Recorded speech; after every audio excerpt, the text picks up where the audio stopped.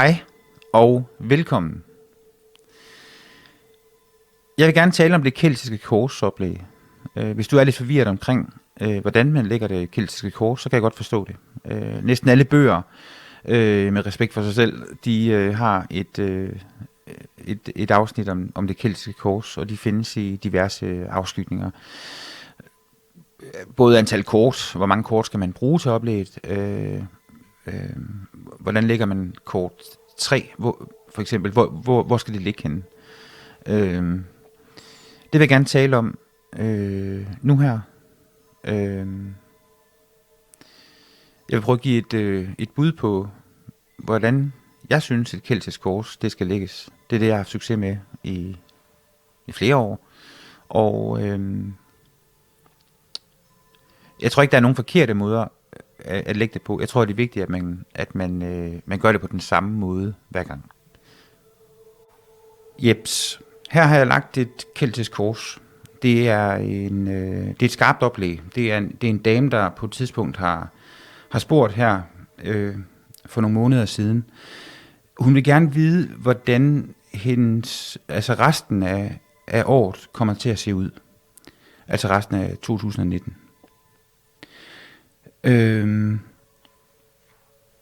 Det vender vi tilbage til.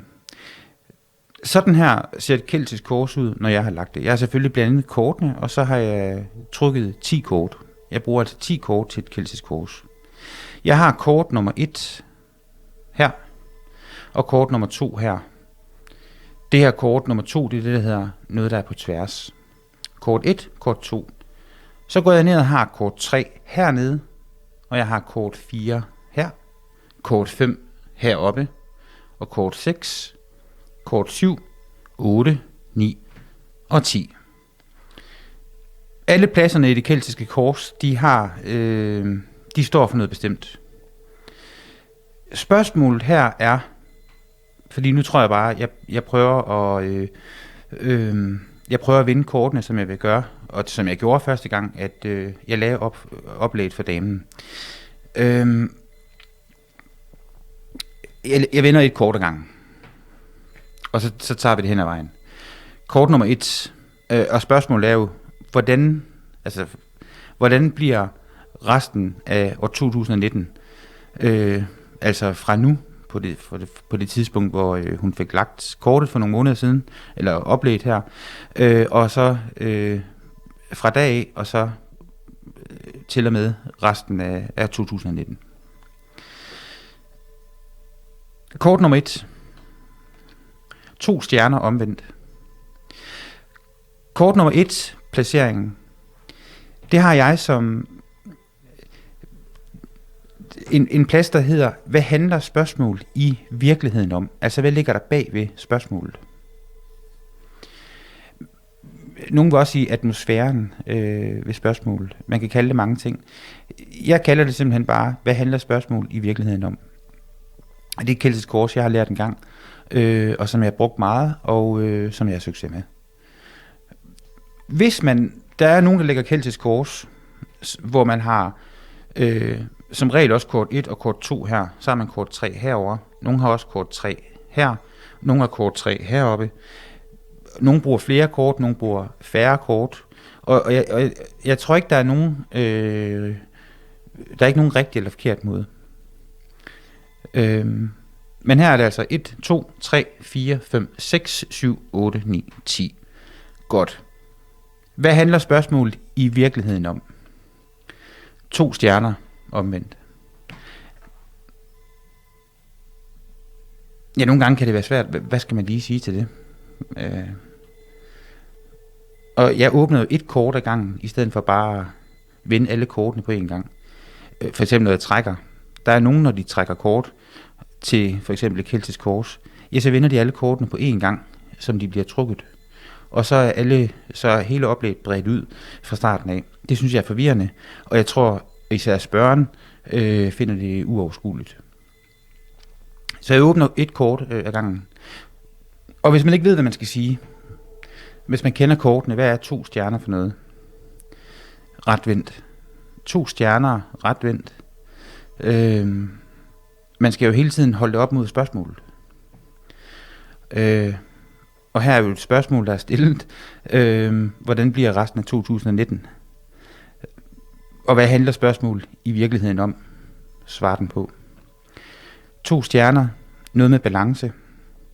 Han jonglerer med de her 2 stjerner, selvom der er søgang. Han kan jonglere med dem.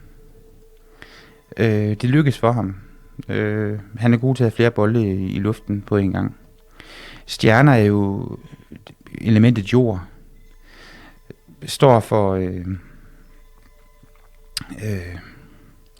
det kan stå for penge, materialisme, værdier.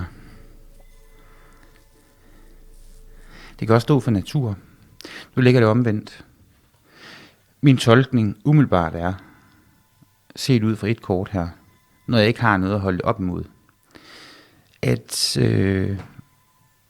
at det spørgen i virkeligheden spørger om, det er, eller måske en frygt for, at ikke at kunne have den balance, der skal til. Jeg vender lige kort nummer 2, der er på tværs, eller ikke på tværs. Og det siger jeg, fordi pladsen hedder, hvad der er på tværs af selve spørgsmålet, hvad det i virkeligheden handler om. Og der har jeg sådan, det her kort, det vender omvendt. Hvis det havde vendt den her vej, altså mod højre, så er det retvendt. Hvis det vender omvendt, så er det... så er det omvendt, hvis det vender mod venstre, det er det, jeg mener. 5 bærer, så er vi inde i følelser. Jamen det er jo, det her, det er en, som ser på det, som ikke fungerer, i stedet for at se på det, der fungerer. Der er 2 bærer, der står op, 3 bærer, der ligger nede. Hvor har man fokus inde? Jeg tænker, spørgen her har fokus et forkert sted. Det ligger omvendt. Og jeg tænker, at måske det er værre end som så. Men det siger egentlig ikke ret meget om, hvordan resten af 2019 kommer til at gå, fordi det er bare, hvad handler spørgsmålet i virkeligheden om, og hvad ligger der på tværs, eller eventuelt ikke på tværs af det. Jeg tror, det handler om, at spørgeren her er frygter, altså har en periode, hvor hun føler, at hun ikke har den balance, som hun plejer at have. Og jeg tænker, det handler om, at fokus skal være et andet sted. Plads nummer 3, den har jeg som fundament. Det kunne være ens habitus. Hvis man nu har spurgt, hvordan ser mit liv ud i fremtiden? De næste 5 år for eksempel. Eller hvis jeg lægger et keltisk kors for en, sådan, hvordan er mit liv? Så har jeg det her, som det kunne være spørgerens habitus. Altså, hvad er det for noget? Hvordan er spørgeren vokset op og opdraget? Uddannelse? Hvordan er netværket? Hele ens base. Og jeg tror, når man har spurgt sådan resten af 2019, det er sådan cirka et halvt år frem fra, da oplægget blev lagt her, så tænker jeg måske nærmere, det er måske den første halvdelen af 2019, fundamentet. Og 8 bærer retvendt. Det symboliserer en mand, der forlader, eller en, der forlader noget, der egentlig måske er godt, men vedkommende er nødt til at følge sit hjerte. Og der er nogen, der mener, når det ligger omvendt, så er det fordi, man bliver i noget, selvom man måske ved, at det vil være bedst at gå. Og vi er også, igen er vi jo inde i følelsesverden her, fordi det er bærende. Kort nummer 4, det er fortiden.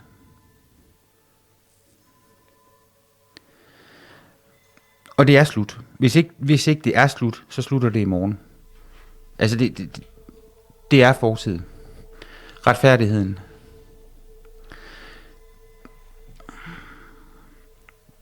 Omvendt. Jeg tænker retfærdigheden omvendt. Mit bud vil være, at spørgeren har følt sig uretfærdigt behandlet. Men det er slut. Der kommer mere retfærdighed ind, fordi den ligger på fortidens plads. Kort nummer 5. Kejserinden. Vi har 2 kort fra den store arkana her. Kejserinden, det er jo, jeg vil lige sige, selve pladsen heroppe, det er fortid, eller undskyld, det er fremtid, og det her det er også fremtid. Den her fremtid, det er sådan en take it or leave it. Altså, hvis du vil have det her med, så gør det. Hvis ikke, så lad være. Det viser sig ofte, at man ikke rigtig kan undgå den her op. Det er sådan en mulighed. En mulig fremtid. Vi har jo vores frie vilje, men samtidig så kan det være sværere end som så. Selvom vi har vores frie vilje. Kejserinden en tid med mere ro og følelsesmæssig balance. Det kan også pege på, at vedkommende egentlig trænger til det. Så det vil være en god idé. Gør det. Men kan vedkommende det. Det her det er helt stensikker fremtid. Og det er snart. Hvis ikke det er i morgen, så er det om nogle dage. Det er meget snart. Det er den hængte mand. Og den hængte mand er jo i virkeligheden ikke en mand, der er hængt. Han hænger i lotusstilling i den ene fod. Ganske frivilligt skal han symbolisere. Det er faktisk en tid med ro, meditation. Gør noget godt for sig selv. Søge nogle andre veje end de traditionelle, tænker jeg. Det kunne være den alternative verden, for eksempel. Det er også vigtigt at holde op imod, hvem er spørgeren? Inden jeg lagde kortet op, der spurgte jeg til spørgerens fødselsdato. Spørgeren er løve. Det er elementet ild, repræsenteret af stavene. Så det kan godt tyde på, indtil videre, at den her frygt, for at der er noget, man ikke kan, at man måske frygter, at spørgsmålet i virkeligheden handler om, at man er bange for, at man mister balancen. Måske økonomisk, eller et eller andet, der har noget med stjerner at gøre. Og det stjerner står for. Og følelsesmæssigt, der er nogle forhindringer, der gør, fordi man har fokus på det forkerte sted, rent følelsesmæssigt. Måske er det, fordi man har blevet i noget følelsesmæssigt, hvor man godt vidste, man burde have forladt det. Man har følt sig uretfærdigt behandlet. Man har brug for ro. Jeg tror, at spørgeren her tager den her til sig, og finder en tid med ro. Og det tror jeg på grund af den her.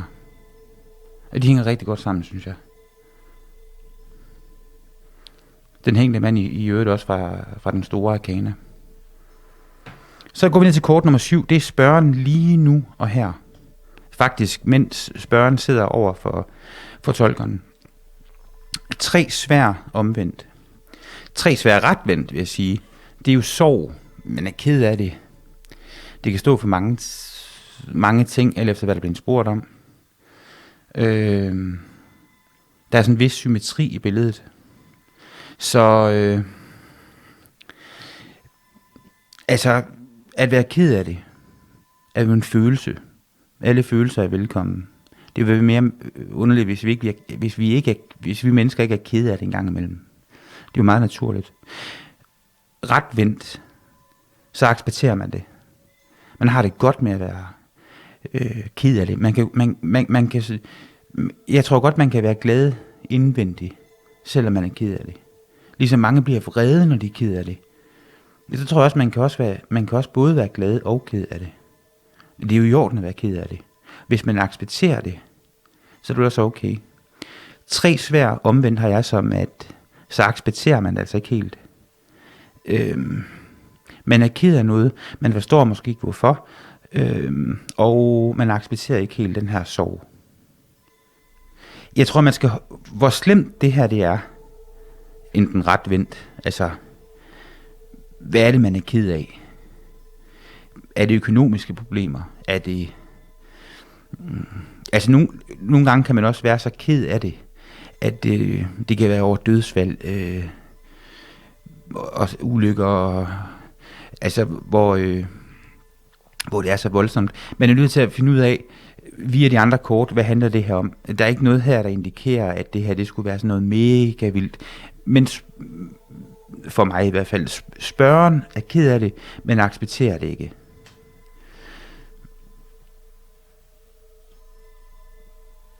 Kort nummer 8. Det er netværk. Altså, hvad er det for et netværk, spørgeren har? Hvem kan spørgeren eventuelt trække på, hvis man har brug for hjælp? Hvordan ser netværket spørgeren refereret til det her spørgsmål resten af 2019? Der tror jeg 3 stjerner omvendt. Jeg tror, at spørgeren mangler noget hjælp fra sit netværk. Mere kvalitet. Jeg synes, der er meget kunst ind over det her billede. 3 stjerner. Vi har 2 omvendte træer, 3 svær, 3 stjerner. Det kan også have en betydning, at der er flere kort af de samme, der vinder på den samme måde. Vi lader lige ligge her indtil videre. Kort nummer 9. 9 stjerner omvendt. Jamen det er den her placering, pladsen her, den hedder håb eller frygt. Altså hvad er det, spørgeren håber eller frygter? Jeg tror, hvis den vendt retvendt, så er det fordi, at spørgeren håber at et eller andet. Hvis den vender omvendt, så er det fordi, spørgeren frygter et eller andet, tænker jeg, med de fleste kort. 9 stjerner omvendt. Måske en tid med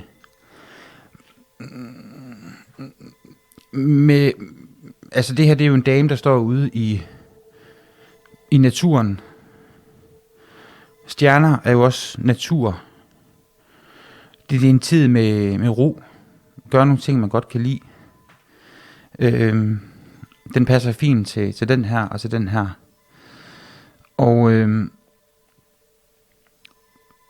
den ligger så omvendt. Og jeg tror spørgeren frygter, at man ikke får den tid i fremtiden, altså i resten af året, som man gerne vil have for sig selv i naturen. Gør de ting, man godt kan lide. Gør de ting, som man synes om. Kort nummer 10, det er pladsen. Man kunne kalde den nøglen, eller man kunne kalde det outcome. Man kunne kalde det endelige svar. Vi har fremtid her, mulig fremtid her, helt sikker fremtid her, og helt sikkert fremtid her. De er sikker fremtid, og det her det er sådan et svar på hele spørgsmålet. Både hvordan bliver resten af 2019 for spørgeren, og hvad handler det i virkeligheden om, det spørgsmål? Det er svaret. 6 bærer, vi er igen inde i følelser. Og 6 bærer, det er et rigtig godt kort, synes jeg. Godt at slutte af med det. Og jamen det står for det står for gode erindringer. Altså man ser egentlig tilbage på 2019 som det var egentlig et godt år. Det sluttede faktisk godt af. Jo, der har været nogle bump på vejen. Der har måske været noget bølgegang. Og har jeg kunnet holde balancen? Ja, det har jeg faktisk. Jeg ved godt, vi taler stjerner her, og vi taler bærer her. Men, men det gik alligevel. Og jeg er glad. Det vil være svaret på det. Sådan lige kort fortolkning til det. Kort nummer 1. Hvad handler spørgsmål i virkeligheden om? Kort nummer 2. Hvad er på tværs, eller ikke på tværs, hvis det vender sådan her, til hvad handler spørgsmål i virkeligheden om? Kort nummer 3. Fundamentet. Habitus. I det her tilfælde, starten af 2019, tænker jeg. Kort nummer 4. Fortid. Kort nummer 5. Mulig fremtid. Take it or leave it. Kort nummer 6. Helt stensikker fremtid. Kort nummer 7. Spørgeren lige nu og her. Kort nummer 8. Netværk. Kort nummer 9. Håb, frygt. Kort nummer 10. Resultatet. Kort nummer 9 siger jo egentlig ikke noget om noget som helst, kan man sige. Fordi det er noget indeni, sådan, hvad håber man? Hvad frygter man? Kan man lave om på fremtiden, efter hvad man håber, eller hvad man frygter? Ja, det kan man måske nok. Så måske siger den i virkeligheden mere, end man tror. Fordi måske skaber vi selv vores fremtid. Ser vi positivt og på fremtiden, er vi optimistiske? Eller er vi pessimistiske og negative tænkende om fremtiden? Det tror jeg har større betydning, vi regner med. Jeg tror, hun har en frygt for et eller andet, men det ender alligevel godt. Der er 2 stjerner med, altså 2 kort med stjerner. De er begge 2 omvendte. Jeg tror økonomisk, så er resten af 2019, det er ikke så godt for spørgeren, som spørgeren måske havde håbet på. Men følelsesmæssigt, der vinder det, og det hele det går trods alt alligevel. Man kan zoome helt ind på et enkelt kort, og se, hvad er det her for et kort. Så kan man zoome lidt ud, og så kan man se, hvad der ligger ved siden af. Man kan zoome længere ud og se det hele fra oven. Vi har 3 omvendte, vi har 2 omvendte træer. Hvor mange fra den store arkana har vi med? Vi har et her og her. Vi har 3 fra den store arkana med. Det siger også noget om, altså der er 78 kort, og der er 22 kort fra den store arkana.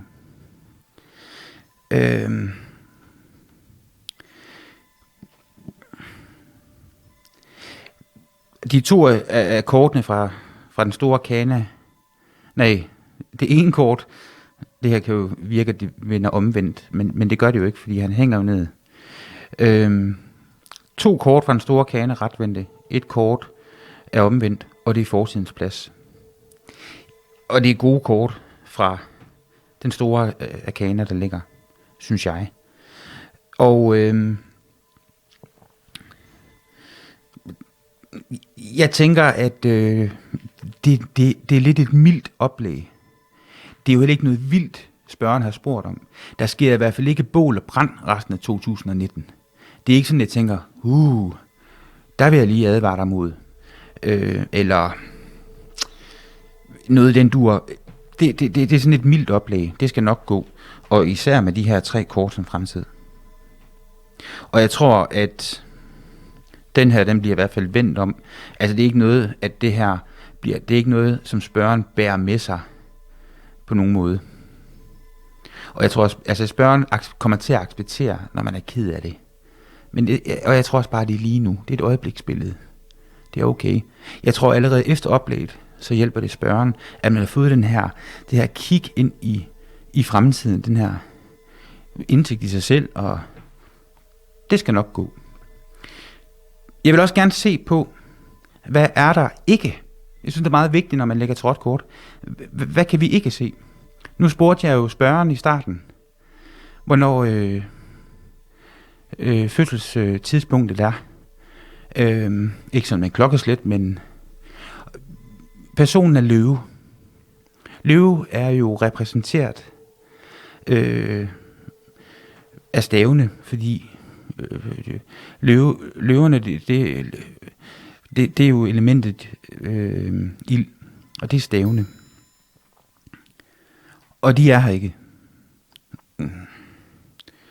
Og det kan jo godt for mig sige lidt om, at man virkelig har brug for det her.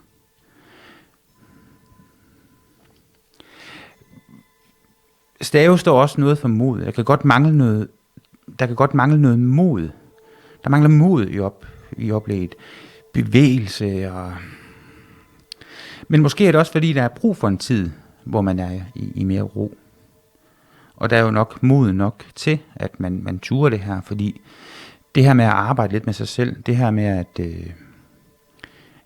det kunne være det jo meditation, det kræver også en vis form for mod for nogle mennesker. Og vi mennesker, vi er forskellige. Det var sådan lige kort om det keltiske kors, hvordan jeg lægger et keltisk kors, hvordan jeg synes, det fungerer.